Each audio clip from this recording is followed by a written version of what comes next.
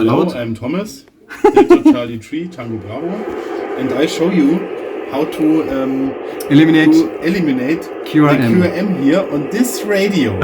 This radio, EC. Many thanks to Florian for the introduction today. We were at Alex and we were looking for the source of his QRM. And we have found some Envertech photovoltaic power inverters. You can see the high QRM a little bit above the 40 meter band. Honestly, we have to say that the Envertech Power Inverters were not grounded.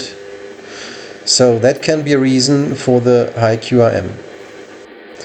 But we have just changed them. Chris has installed a Growatt Power Inverter.